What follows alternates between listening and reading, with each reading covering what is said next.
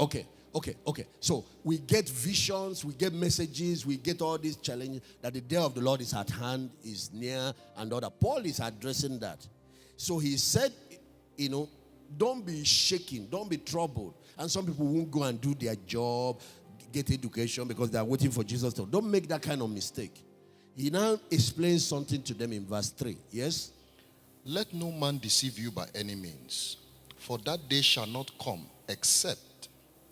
Yes, go ahead. Complete. Except there come a falling away first, and that man of sin be revealed, the son of perdition. Oh, verse 3. Let me see.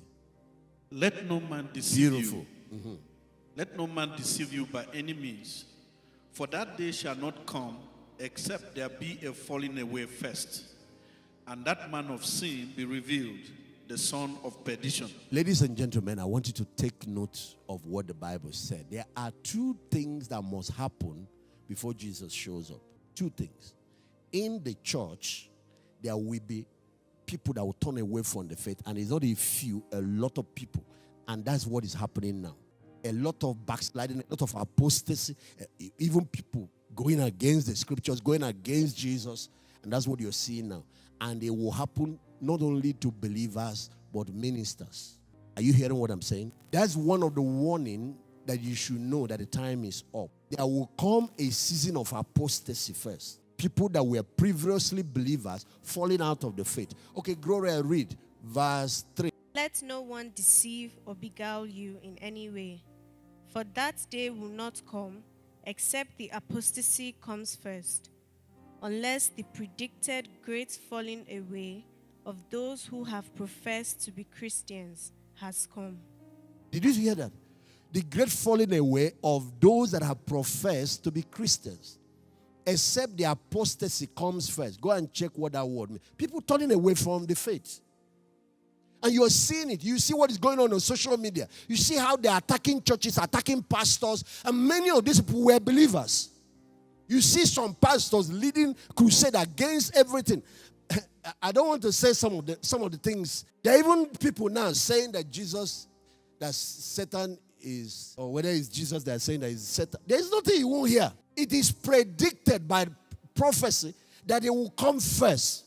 If you don't see, the rapture will not come. Hey, somebody said to me, what is the issue? The issue is that at the last days, before Jesus comes to take his own, God is creating the condition that will separate the tares from the wheat. Do you know the parable of the tares in Matthew chapter 13? A man planted good seed in his soil, and the enemy came and planted tares. And the servants of that man came and said to him, let us remove the tares. He said, no, leave them till the time of harvest. And Jesus in that Matthew 13, go and check it out after the service, explain what the tares. He said the tares are the children of the wicked, but the wheat are the children of the kingdom. He said God is the one that planted the wheat, but the enemy, Satan, is the one that planted the tares. He said the field is the world. But he said the harvest time is the end of the age. That's where we are now. He said those servants that will gather the harvest are the angels. So he said when the time comes, God is going to send his angels to remove out of his kingdom all those things that cause offense, all those things that are causing problems. There are a lot of believers. Let me tell you what is going on. Everybody you see in church is not genuine. Everybody that is a minister is not real. Everybody you see preaching, answering pastor, apostle, especially prophets, not all of them are real. They are genuine men of God, just like they are genuine Christians, but the last days will separate them. If not, a lot of these people will join the saints and enter heaven. I asked the Lord, why did you permit this falling away? He said it's separation of the wheat from the tares, like I explained in the parable of the tares. You have to separate them so that those who are real wheat can go into heaven. There are a lot of fake conversions. They go to church, they sing, they love worship, but they are not genuine Christians. Watch their life. It's by their fruit you know them, not by their tongues or their singing. Watch how many of them are on social media attacking Jesus, attacking the church. Was it not Paul that was persecuting the church? And Jesus appeared to him. He says, Saul, Saul, why persecutest thou me? He didn't say, why persecutest thou them? He said, once you touch them, you have touched me. How dare you separate Jesus from his church? Jesus is the head, the church is his body. Can you come and be cutting my leg and still believe that you love my head? Can you come and cut my hand and still believe that you are in love with my head? Jesus is the head, the church is the body. The thing is one. He said to Saul, why persecutest thou me? You think it's Stephen you killed. You think it's believers you're persecuting me. Can you kill a man's wife and claim to love the man? Is church not the bride of Jesus? What is going on? The great falling away. It has started. It didn't start 2020. It's been going on. Some of these greatest enemies of the church were once in the church. Were once pastors. Some of them were pastors. Some of them were people. It's predicted. If you don't see that, you're not going to see the rapture. Because that means God will rapture both the fake people and the real people. And when they get to heaven, they continue to cause problem. There are things he set in motion in the last day to separate.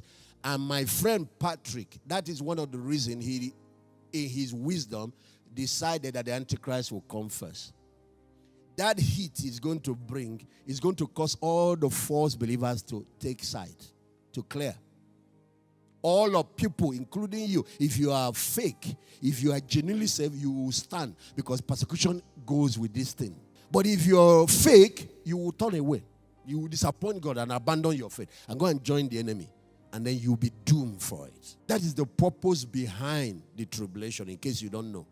When you understand the purpose behind something, it helps you. The purpose of fire is to purify and refine those who are serving God, but to also separate the false from the true, the genuine from the. God said he was going to do it in the last days. So take note. Two things will happen before the rapture. One is the great falling away. The falling away of many believers. Not all believers. A lot of people are going to be hot for God in these last days. I said it's the wheat that will remain true, but the chaff, the tars will fall away. When you refine oil, you get your petrol, your kerosene, and all those things you need. Then there is this dross that when you refine gold, the same thing happens. That's the same thing that is coming for the church. Jesus is coming for a church without spot and wrinkle, and he has a plan on how to do the separation. It's fire that he's bringing to do it. The entire church will go through fire. It's not something coming against God's people. It's something coming to help God's people. You will see as we go into the study letter. The way you wrote the letter, it looks like maybe God is wicked. He's going to allow his people to pass. No. Persecution has never been the enemy of the church. Corruption is the enemy of the church. You see this too much saying that you see? Don't worry. God has a plan and it's coming. It's coming very soon.